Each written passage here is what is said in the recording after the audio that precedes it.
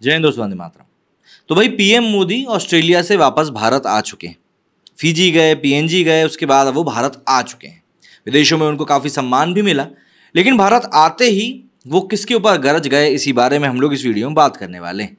अब विदेशों की बात हो ही रही है तो मैं आपको बता दूं कि इस समय अमेरिका में ग्रेट इकोनॉमिक क्राइसिस चल रहा है। मतलब पाकिस्तान की तरह अमेरिका भी दिवालिया होने वाला है। पूरी जानकारी मैंने इस वीडियो में दी है। इस वीडियो को जाकर जरूर देखें। आई बटन पे उसका लिंक है, डिस्क्रिप्शन में उसका लिंक है, और पसंद आए तो सब्सक्राइब जरूर कीजिएगा चैनल को। अगर हम बात करें प्रधानमंत्री के बारे में कि उन्होंने भारत में आकर किसको आंखें दिखाई हैं, तो देखिए मुद्दा यह है कि विपक्षी दलों ने दरअसल प्रधानमंत्री नरेंद्र मोदी द्वारा 28 मई 2023 को किए जाने वाले नए संसद भवन के उद्घाटन का पूर्ण रूप से बहिष्कार करने की घोषणा कर दी है। कुल 19 दल हैं इसमें। विपक्षी दलों ने भवन का उद्घाटन विनायक दामोदर सावरकर की जयंती पर कराने और उद्घाटन में राष्ट्रपति को नहीं बुलाने को लेकर आलोचना करी। नेताओं का कहना है कि नए संसद भवन का उद्घाटन राष्ट्रपति द्रौपदी मुर्मू के हाथों न कराकर प्रधानमंत्री नरेंद्र मोदी से कराना राष्ट्रपति का अपमान है। आम आदमी पार्टी के नेता संजय सिंह ने कहा कि ये भारत के दलित, आदिवासी और वंचित समाज का अपमान है। वहीं कांग्रेस नेता राहुल गांधी ने कहा कि नए संसद भवन का उद्घाटन राष्ट्रपति जी को ही करना चाहिए। वहीं इस संबंध में कांग्रेस, शिवसेना, आम आदमी पार्टी, टीएमसी, राजद, जदयू सहित 19 विपक्षी दलों ने एक संयुक्त बयान भी जारी किया है। अपने बयान में विपक्षी दलों ने कहा है कि जब संसद से लोकतंत्र की आत्मा को चूस लिया गया और सरकार डेमोक्रेसी के लिए खतरा बन गई तो नए भवन का कोई मूल्य नहीं। जबकि ये लोग शायद ये भूल रहे हैं कि प्रधानमंत्री नरेंद्र मोदी अकेले ऐसे नेता हैं जो कि इतने प्रचंड बहुमत के साथ 2 बार जीतकर पहुंचे। तो ऐसे में इन लोगों को क्या समझ में आ रहा है? और सोनिया गांधी जी, राहुल गांधी जी पता नहीं किस अधिकार से मणिपुर में और छत्तीसगढ़ में इन संसद भवनों का भी उद्घाटन कर चुके हैं। खैर, ये सवाल तो इन लोगों के लिए बेईमान है। अपने संबोधन में विपक्षी दलों ने कहा है कि अनुच्छेद 79 में संविधान कहता है कि संघ के लिए एक संसद होगा जिसमें राष्ट्रपति और 2 सदन होंगे। इन सदनों को राज्यसभा और लोकसभा के नाम से जाना जाता है। राष्ट्रपति भारतीय संघ की न सिर्फ प्रमुख होते हैं बल्कि संसद के अभिन्न हिस्सा भी होते हैं या होती है। अपने बयान में विपक्षी दलों ने आगे कहा कि राष्ट्रपति के बिना संसद की कार्रवाई नहीं चल सकती। इसके बाद भी प्रधानमंत्री ने इसके भवन का उद्घाटन खुद ही करने का फैसला लिया है। यह राष्ट्रपति का अपमान है, घोर अपमान है, और संविधान के मूल आत्मा का उल्लंघन भी करता है। शिवसेना ठाकरे गुट के संजय राउत ने कहा कि सबसे पहले हमने सेंट्रल विस्टा प्रोजेक्ट को लेकर कहा था। जब देश की आर्थिक स्थिति खराब है तब लाखों करोड़ों, सैकड़ों करोड़ रुपए खर्च करने की आखिर क्या जरूरत थी? जिस तरह से इस प्रोजेक्ट को सिर्फ प्रधानमंत्री की इच्छा के लिए बनाया गया, क्या उसकी जरूरत थी भी? राउत ने कहा कि आज जो देश की इमारत है, पार्लियामेंट हाउस है, वो और 100 साल चल सकती है। इस देश की जो इमारत है उससे भी पुरानी इमारतें इटली, ब्रिटेन, फ्रांस में हैं और वो अब तक चल रही हैं।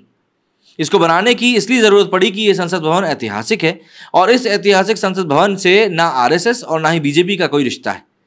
राष्ट्रीय स्वयंसेवक संघ और बीजेपी पर हमला बोलते हुए उन्होंने कहा कि जो क्रांतिकारी काम हुए उससे आरएसएस और बीजेपी का कोई रिश्ता ही नहीं था। एक इमारत बनाकर हम एक वो शिला लगाएंगे कि inaugurated by prime minister Shri Narendra Modi. इसके लिए ये खर्चा हो रहा है। इनके हाथों से नए संसद भवन का उद्घाटन करना ये एक प्रोटोकॉल है क्या? संजय राउत ने कहा कि राष्ट्रपति सैद्धांतिक रूप से देश के प्रमुख होते हैं, वे संविधान के कस्टोडियन होते हैं और आप उन्हें नहीं बुला रहे, ये उनका सीधे तौर पर अपमान है। राउत ने कहा कि इसी आधार पर 19 विपक्षी दलों ने इस समारोह का बहिष्कार भी किया है। वहीं दिल्ली पहुंचते ही प्रधानमंत्री मोदी ने लोगों को संबोधित किया। पालाम एयरपोर्ट पर पार्टी अध्यक्ष जेपी नड्डा ने उनका स्वागत किया। यहां उन्होंने कहा कि लोकतंत्र की आत्मा क्या होती है, लोकतंत्र का सामर्थ्य क्या होता है, वो ये ऑस्ट्रेलिया में देख कर आए। भारतीय इवेंट में इसको समझकर उनको अच्छा भी लगा।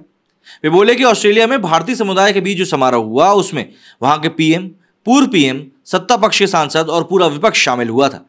ये वहां का लोकतंत्र है। इस इवेंट में सत्ता और विपक्ष दोनों ने भारत के प्रतिनिधि का सम्मान किया।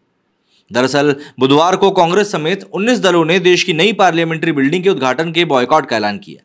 इन पार्टियों ने कहा है कि जब लोकतंत्र की आत्मा निकल चुकी है तो नई इमारत की कोई कीमत नहीं है। पीएम के भाषण को इस बयान से जोड़कर देखा जा रहा है। उन्होंने कहा कि मेरे देश की महान संस्कृति का गौरव गान करते समय मैं आंखें नीचे नहीं करता, आंखें मिलाकर दुनिया से सीधे मुंह बात करता हूं। विदेश मंत्री ने कहा कि जब PM Modi Papua New Guinea में उतरे और जिस आदर से वहां उनका स्वागत हुआ, इससे तो सबने देखा था। वहीं पीएनजी के पीएम ने कहा कि उनके लिए प्रधानमंत्री मोदी विश्वगुरु हैं। ऑस्ट्रेलिया के प्रधानमंत्री ने मोदी को द बॉस कहा। इसमें भी एक कहानी है कि उन्होंने मुझसे कहा कि ये उनके भाषण में नहीं था, पर यह उनकी एक फीलिंग थी मोदी जी के लिए। दिल्ली वापस लौटकर प्रधानमंत्री मोदी ने संबोधन किया। उन्होंने कहा कि मैं दुनिया में जाकर देशवासियों के पराक्रमों के गीत गाता हूं। मैं दुनिया के देशों में जाकर भारत के सामर्थ्य की, युवा पीढ़ी के टैलेंट की और अवसर मिलने पर भारत कैसे उठता है इसकी चर्चा करता हूं। मेरे देश की महान संस्कृति का गौरवगान करते समय मैं आंखें नीचे नहीं करता, बल्कि दुनिया की आंखों में आंखें डालकर उनसे बात करता हूं। यह सामर्थ्य इसलिए है क्योंकि देश ने पूर्ण बहुमत वाली सरकार बनाई। पूर्ण बहुमत वाली सरकार का प्रतिनिधि जब दुनिया के सामने कोई बात बताता है तो दुनिया विश्वास करती है कि यह अकेला नहीं बोल रहा, इसके साथ करीब करीब 150 करोड़ लोग बोल रहे हैं।